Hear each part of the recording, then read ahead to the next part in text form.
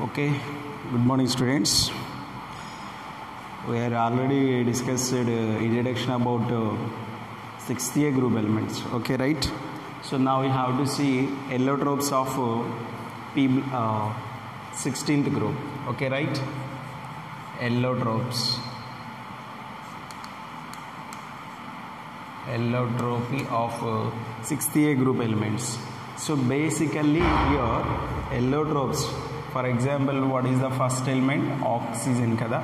So oxygen, what are the allotropes of oxygen and simply O2 is the one of the allotropy of oxygen and O3. Okay, so this is called dioxygen and this is called ozone. Okay na? So these two are the allotropes of oxygen. These two are the allotropes of oxygen, dioxygen and ozone. You know that one compared to ozone, dioxygen is the more stable. This is the more stable, right? So this is the more stable and it is the paramagnetic in nature. Okay na? It is the paramagnetic in nature. So why it is paramagnetic and simply presence of unpaired electrons, presence of unpaired electrons in O2 molecule. Okay, so for example,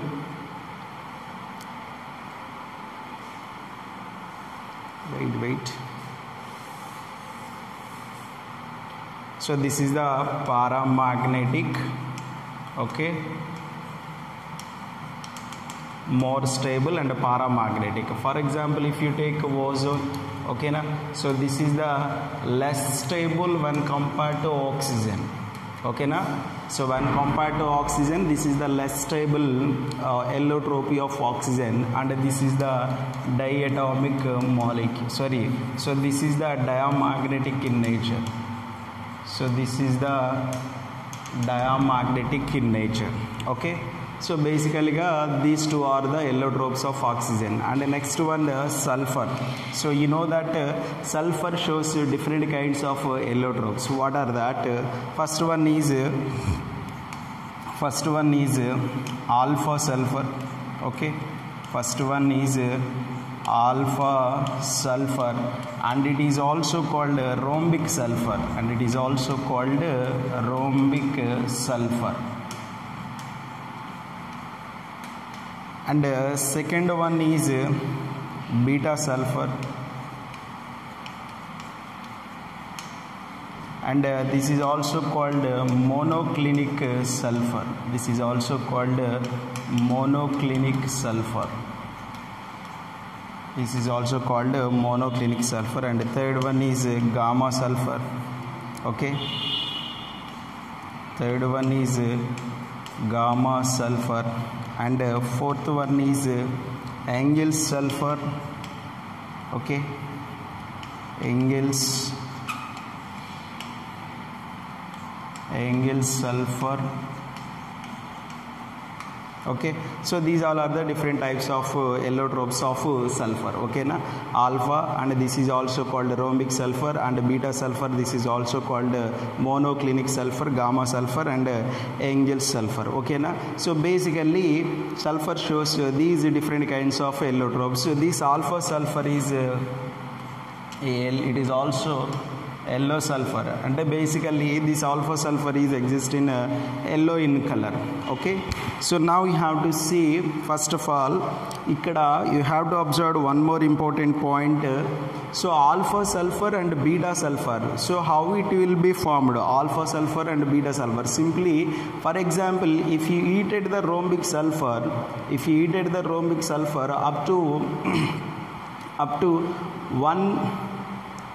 up to 368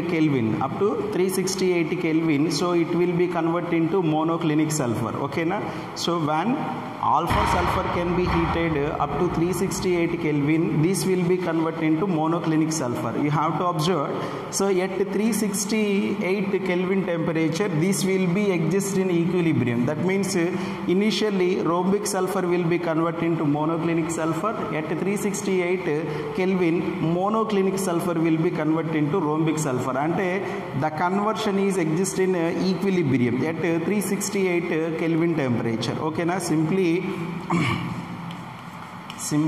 rhombic sulfur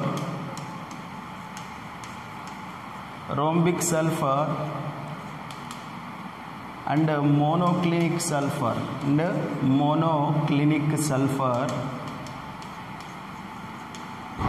coexist at 368 Kelvin.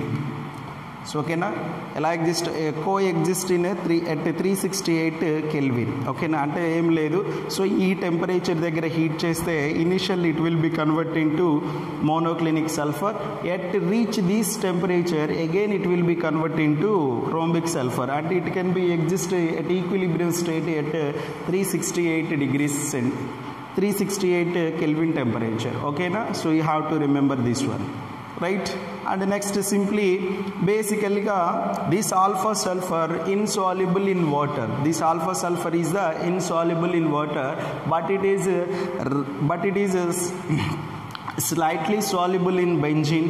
Okay, slightly soluble in benzene and CCl4, but it can be readily soluble in carbon disulphide. అంటే బేసికల్గా మనకి ఈ solubility అనేది వాటర్లో obviously ఇది insoluble. ఓకేనా, but ఎందులో soluble అవుతుంది అంటే CS2 కార్బన్ డైసల్ఫైడ్లోని ఈ ఆల్ఫా సల్ఫర్ అనేది సాల్యుబుల్ అవుతుంది. ఓకేనా, సో ఇక్కడ బేసికల్గా ఈ alpha beta gamma these 3 allotropes are exist in a crystalline form at room temperature. Okay na, so these 3 allotropes are exist in crystalline forms at a room temperature. Okay, right? So you have to observe basically atomicity చెప్పుకున్నాం మనం. Oxygen atomicity ఎంత అని చెప్పుకున్నాం? atomicity is 2, but sulfur is atomicity is 8. Okay, so almost these 3 sulfurs are exist in a crystalline form, only differ in the packing in a crystalline form. అంటే ఏం లేదు, బేసికల్గా ఇవన్నీ కూడా క్రిస్టలిన్ ఫామ్లోనే ఎగ్జిస్ట్ అయి ఉంటాయి. డిఫరెన్స్ ఏంటంటే ఆ సాలిడ్ క్రిస్టలిన్ సబ్స్టెన్స్లోని వాటి యొక్క ఎగ్జిస్ట్ అనేది డిఫరెంట్గా ఉంటుంది. So you have to observe what is the structure of sulphur. ఓకేనా, సో బేసికల్గా మనకి ఇది పక్కడ్ రింగ్ స్ట్రక్చర్ ఉంటుంది. ఓకేనా, S8 molecule. So it can be exist like this, right? So this is the structure of S8 molecule. దీన్నే మనం పక్కడ్ ring structure అంటాం, లేదా క్రౌన్ స్ట్రక్చర్ అని కూడా అంటాం. So this is the sulphur. ఓకేనా, each corner having sulphur, right?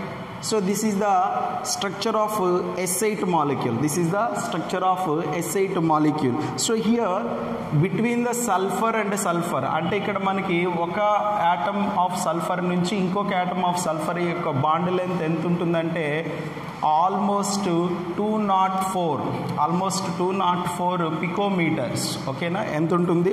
204 పికోమీటర్స్ ఉంటుంది, right? అలాగే ఇక్కడ బాండ్ యాంగిల్, ఓకేనా, సో ఇక్కడ బాండ్ యాంగిల్ వచ్చేసి 107 degrees ఉంటుంది.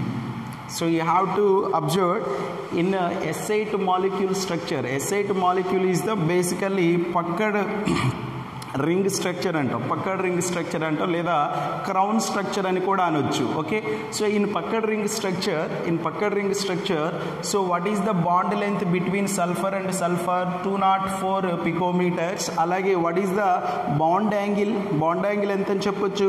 107 degrees. ఓకేనా, సో ఇక్కడ యూ హ్యావ్ టు అబ్జర్వ్ బేసికల్గా in a packed ring structure of sulphur what is the covalency of sulphur? Covalency is the 2. ఓకేనా, అంటే each sulphur it can be forms how many bonds? 2 bonds. So basically almost covalency of each sulphur is 2. ఓకేనా, as యూజువల్గా you know that మనకి each sulphur దగ్గర మనకి ఎన్ని lone pairs ఉంటాయి? మనకి బేసికల్గా each sulphur having 2 lone pairs of electrons. ఓకేనా? So each sulphur having 2 lone pairs of electrons. We have to remember this data about structure. ఓకేనా? సో ఇక్కడ ఏం లేదు, మీరు గుర్తుపెట్టుకోవాల్సింది. సో ఈ ఆల్ఫా బీటా గామా సల్ఫర్స్ అనేవి బేసికల్గా క్రిస్టలిన్ ఫామ్లో ఎగ్జిస్ట్ అయి ఉంటాయి. ఓకేనా? సో క్రిస్టలిన్ ఫామ్లో ఎగ్జిస్ట్ అయి ఉంటాయి. సో ఏంటి డిఫరెన్స్ అంటే ఆల్మోస్ట్ దాని యొక్క ప్యాకింగ్ ఆఫ్ క్రిస్టలిన్ సబ్స్టెన్స్ అనేది డిఫరెంట్గా ఉంటుంది. ఓకేనా? సో అలాగే దాని యొక్క స్ట్రక్చర్ ఎలా ఉంటుందంటే పక్కడ్ రింగ్ స్ట్రక్చర్ ఉంటుంది. దానిని మనం క్రౌన్ స్ట్రక్చర్ అని కూడా అంటాం. Packed ring structure or crown structure. So ఈ పక్కడ్ రింగ్ స్ట్రక్చర్లో సల్ఫర్కి మధ్య బాండ్ లెంత్ ఎంత అండి? 204 పికోమీటర్స్. అలాగే బాండ్ యాంగిల్ ఎంత? 107 degrees. ఓకేనా?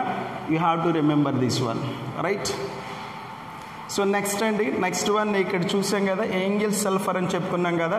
సో బేసికల్గా these can be exist in S6 form అండి. ఓకేనా? సో ఇది ఎలా ఎగ్జిస్ట్ అవుతుందంటే S6 ఫామ్లో ఎగ్జిస్ట్ అయి ఉంటుంది. సో దీని యొక్క స్ట్రక్చర్ ఎంత ఉంటుందంటే, దీని యొక్క స్ట్రక్చర్ ఎలా ఉంటుందంటే like it can be exist in chair form అండి. దీన్ని మనం చైర్ ఫామ్ స్ట్రక్చర్ అంటాం.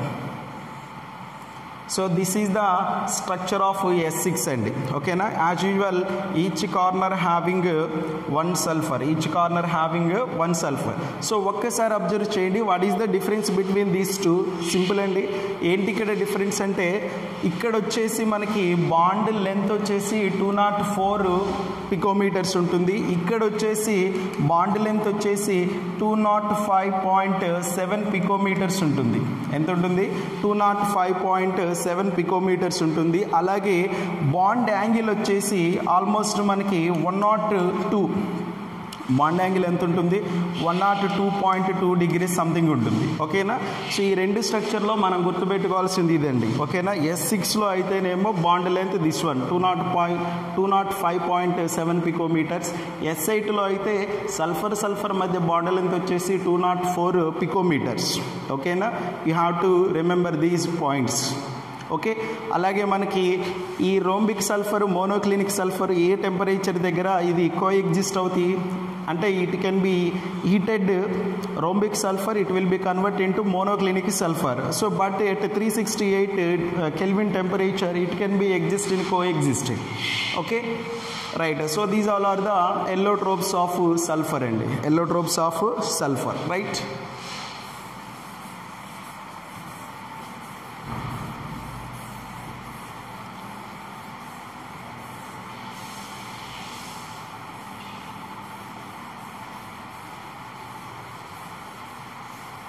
So next one, it's a very important, it's very important, listen carefully. So hydrates, okay, hydrates of 60A group elements, hydrates of 60A group element. So simple here, what is the general formula of hydrates of 60A group element? H2X and okay na. So what is the general formula of hydrates of 60A group element? H2X. Okay, you know that X is nothing but any 60A group element. X is nothing but any 60A group element. You can write X is equal to oxygen, right? Sulfur, selenium, tellurium and polonium. Okay na, X is nothing but oxygen, sulfur, selenium, tellurium and polonium and so you can write simply. Okay, so first one with oxygen H2O, so this is the one of the hydrate, right? Next one is H2S, right? And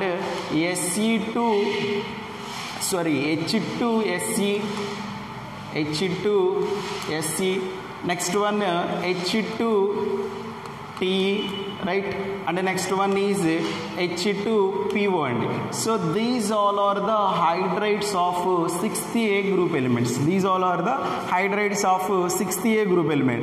So indulo manaki objective lo వీటి యొక్క properties అంటే trends అంటాం, periodic trends and top to bottom thermal stability ఎలా ఉంటుంది, acidic nature ఎలా ఉంటుంది, దాని యొక్క సాల్యుబిలిటీ ఎలా ఉంటుంది, ఓకేనా, అలాగే బాండ్ లెంత్ ఎలా ఉంటుంది, బాండ్ ఎనర్జీ ఎలా ఉంటుంది, వాటి యొక్క ఎసిడిక్ నేచర్ ఎలా ఉంటుంది అనేది వీటి మీద బిట్స్ ఉంటాయి. అలాగే ఐపీలో కూడా ఈ హైడ్రైడ్స్ మీద ఒక 3 VSIQ క్వశ్చన్స్ రావడానికి పాసిబిలిటీ ఉంది. కాబట్టి you have to listen carefully. So you have to observe hydrates of 6th A group element. First property you have to observe thermal stability. Okay na, first property is the thermal stability.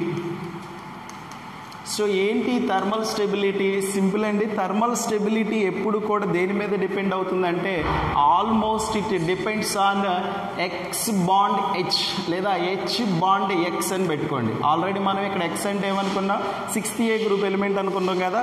So it's depends on H bond X అండి. ఓకేనా, H bond X యొక్క energy అంటే H bond X, ఈ రెండింటి మధ్య bond energy మీద మనకి thermal stability అనేది డిపెండ్ అవుతుంది.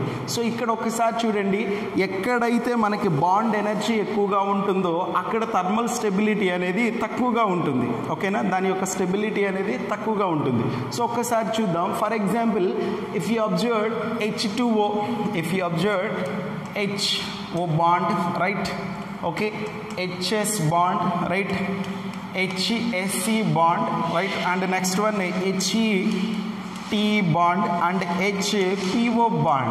So ikkada em avutundi, which one having more bond energy?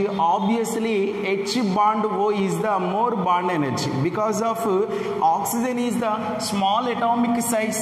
Oxygen is the small atomic size. You know, I think you know very well about bond energy is always depends on bond length. ముందు bond length తెలిస్తే ఆటోమేటిక్గా bond energy తెలుస్తుంది. So ఇక్కడ మనం చూద్దాం, bond length is always depends on size of the central atom, size of the central atom. So ఇక్కడ మనకి size పెరిగితే, సెంట్రల్ ఆటమ్ యొక్క సైజు పెరిగితే ఆటోమేటిక్గా బాండ్ లెంత్ కూడా ఏమవుతుందండి, పెరుగుతుంది. Size increases, bond length will be increases. Bond length increases, what happened? Bond length increase అయితే బాండ్ ఎనర్జీ ఏమవుతుంది, తగ్గిపోతుంది ఆటోమేటిక్గా. Okay, you have to keep in your mind this point. ఇక్కడ మనకి size top to bottom size ఏమవుతుంది, పెరుగుతుంది.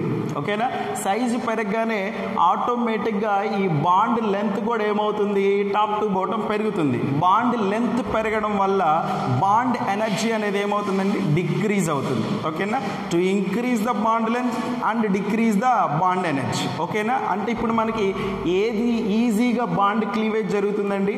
So this case it can be cleaved very easy one compare to this one. HO బాండ్తో compare చేసుకుంటే HPO bond అనేది ఈజీగా cleave అవుతుంది because of it having least bond energy. ఓకేనా, అంటే thermal stability top to bottom ఏమవుతుందండి, thermal stability top to bottom will be decreases. ఓకేనా, thermal stability top to bottom will be decreases. అంటే H2O to H2PO decreases. Okay, so ఇప్పుడు ఇక్కడే మనం దీన్ని base చేసుకొని ఇంకో పాయింట్ మాట్లాడుకోవచ్చు. ఓకేనా, థర్మల్ స్టెబిలిటీ అనేది దేని మీద డిపెండ్ అవుతుందంటే బాండ్ ఎనర్జీ మీద డిపెండ్ అవుతుందని చెప్పాము. ఓకే, సో ఇప్పుడు ఇక్కడ ఎసిడిక్ స్ట్రెంత్ అండి.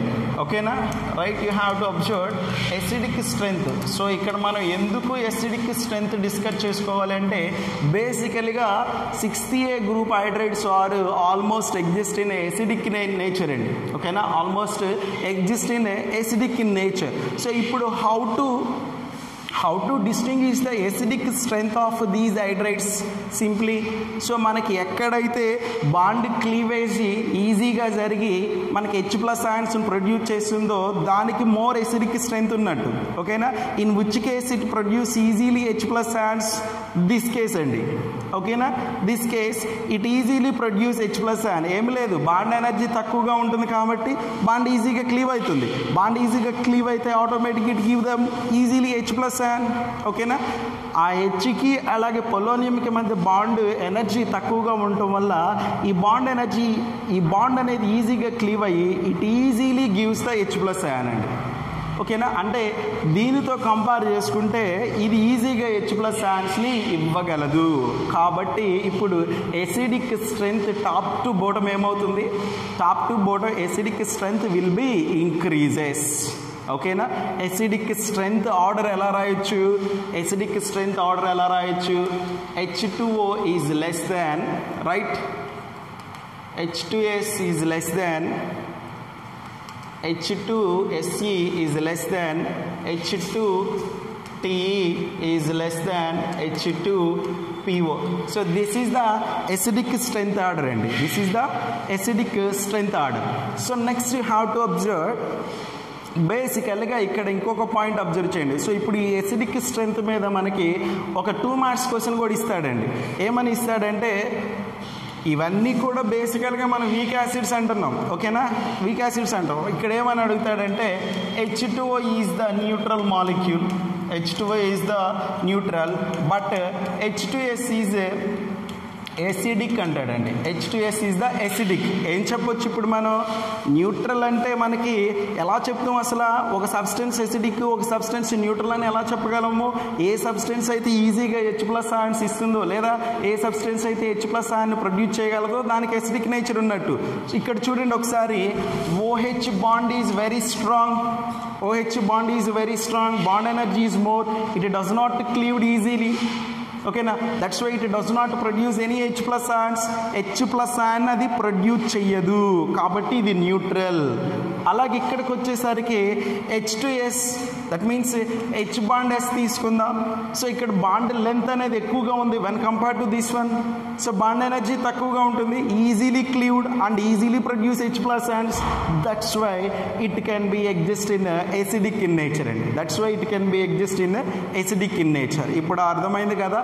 సో మనం ఎసిడిక్ నేచర్ ఎలా చెప్పొచ్చు అంటే దాని యొక్క బాండ్ ఎనర్జీని బేస్ చేసుకొని మనం ఎసిడిక్ స్ట్రెంగ్త్ చెప్పొచ్చు. బాండ్ ఎనర్జీ కనుక తక్కువగా ఉంటే ఈజీగా క్లీవ్ అవుతుంది, అలాగే ఈజీగా H ప్లస్ ఆయిన్ని ప్రొడ్యూస్ చేస్తుంది. So that's why that molecule having more acidic nature. ఓకేనా, that is the one of the reason. And next you have to observe, I'm asking one more question. H2O is liquid in state and H2S is the gas. H2S is the gas. Okay, simple అండి. So మనకి ఏదన్నా ఒక molecule కానీ ఏదన్నా ఒక substance liquid ఫేజ్లో ఉండాలా gases ఫేజ్లో ఉండాలనేది దేని మీద డిపెండ్ అవుతుందంటే ఆ మాలిక్యూల్కి ఉన్న ఎబిలిటీ. దట్ మీన్స్ ఏ మాలిక్యూల్లో అయితే మనకి హైడ్రోజన్ బాండింగ్ పాసిబిలిటీ అవుతుందో అది ఈజీగా మనకి ఆటోమేటిక్గా లిక్విడ్ ఫేజ్లో ఉంటుంది. For example H2O molecule, in H2O molecule inter molecular hydrogen bonding will be takes place. ఓకేనా, ఇక్కడ ఏం జరుగుతుంది, H2O మాలిక్యూల్లో ఇంటర్ మాలిక్యులర్ హైడ్రోజన్ బాండింగ్ ఉండటం వలన automatically it can be exist in liquid phase. But H2S it does not forms the intermolecular hydrogen bonding, that's why it can be exist in gaseous phase. ఎక్కడైతే మనకి intermolecular hydrogen bonding జరుగుతుందో అది obviously liquid in ఫేజ్లో ఉంటుంది. ఎక్కడైతే intermolecular hydrogen bonding జరగదో అక్కడ మనకి అది గ్యాసెస్ ఫేజ్లో ఉంటుంది. So that's why this can be exist in gases phase and this can be exist in liquid in phase. ఓకేనా, అర్థమైంది కదా. You have to observe one more point, boiling points అండి. ఓకేనా, boiling points. So boiling points ఇక్కడ కూడా మనకి top to bottom boiling points gradually decreases అండి. ఓకేనా, boiling points top to bottom gradually decreases. So ఇక్కడ చూడండి ఒకసారి, H2O is having abnormal boiling point one compare to remaining hydrates. ఓకేనా. H2Oకి ఎక్కువగా బాయిలింగ్ పాయింట్ ఉంది one compared to remaining hydrates of 6th group element. ఇక్కడ కూడా సేమ్ రీజన్ అండి, ఇక్కడ కూడా ఏం రీజన్ చెప్పొచ్చు, why H2O having more boiling point అంటే simple due to the intermolecular hydrogen bonding. So అక్కడ ఇంటర్మాలిక్యులర్ హైడ్రోజన్ బాండింగ్ ఉంటుంది కాబట్టి H2O మాలిక్యూల్లో it having more boiling point. But remaining molecules దగ్గర అంటే H2Sలో కానీ H2Seలో కానీ H2TE H2POలో కానీ intermolecular hydrogen bonding does not takes place. That's why it having lowest boiling points అండి. ఓకేనా. సో ఇప్పుడు మనం బాయిలింగ్ పాయింట్ ఆర్డర్ కూడా ఏమని రాయొచ్చు, H2O is greater than. Okay, boiling point order వచ్చేసి H2O is greater than, right, H2S is greater than, H2Se is greater than, H2TE greater than H2PO. So this is the boiling point order end. ఓకేనా. So ఇక్కడ మనం thermal stability, acidic strength, అలాగే boiling points, okay, అలాగే why it is exist in neutral, why it is exist in acidic అనేది అంటే ఇక్కడ చెప్పేయచ్చు due to the intermolecular hydrogen bonding అని. So these all are the properties of hydrates of 6th group elements, hydrates of 6th group elements. So mostly this one exists in a liquid in phase and remaining almost exist in a gaseous phase. ఓకేనా. So these all are the hydrates of 6th group elements, hydrates of 6th group elements. So వీటి మీద కొన్ని bits ఉన్నాయి, so జాగ్రత్త చూడండి.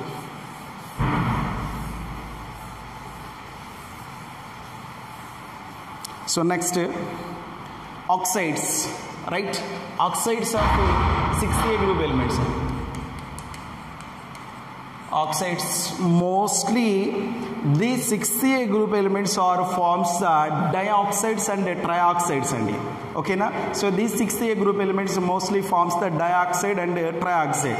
So ikkada simple formula, so oxides yokka formula entante MO2, right, and MO3. Okay na. M is nothing but a 6th group element, M is nothing but sulfur, right, selenium and tellurium and polonium. So these all are the 6th group element. For example, if you observe SO2, okay na, SO2, next SCO2 and TeO2 and POO2. Okay na. So these all are the dioxides of 6th group element, dioxides of 6th group element. So you have to observe this is the existing gaseous phase andi. Okay na. This is the existing gaseous phase. SCO2 and TeO2 solid in state. Okay na. Solid crystal, and this is the ionic crystal. This is the ionic crystal, right.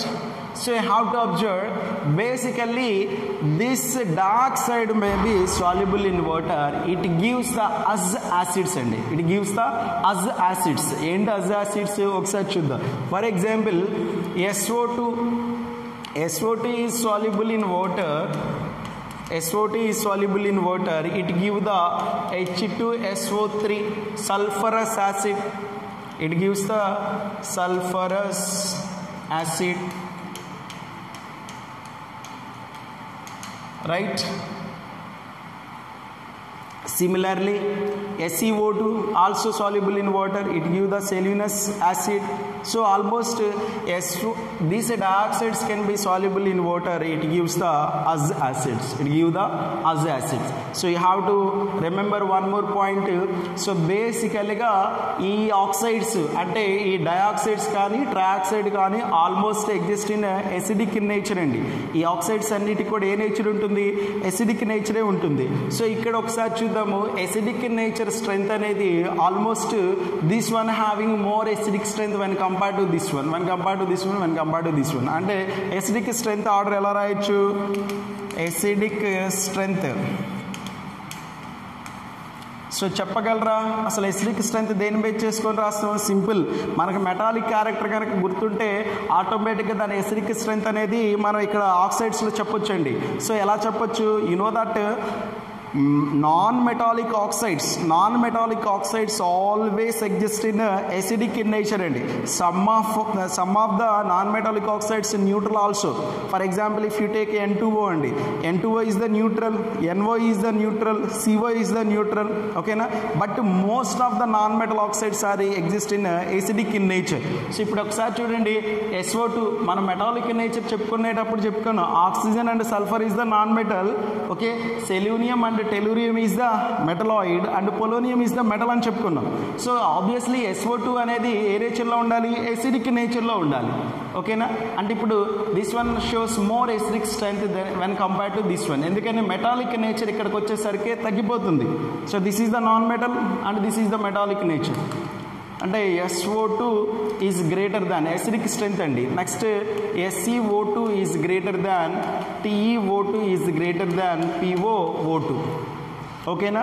So this is the acidic strength of oxides, acidic strength of oxides అండి, ఓకేనా. You have to observe dioxides almost exist in acidic in nature and dioxides almost exist in acidic in nature. This is the acidic strength of order. Alage this sulfur dioxide can be soluble in water, it gives the Az acids and okay na. You have to remember this order and okay. So next you have to see trioxide and so this is the dioxide series. So this is the dioxide series and next one is a trioxide series. So ఒకసారి trioxide చూద్దాం. Among these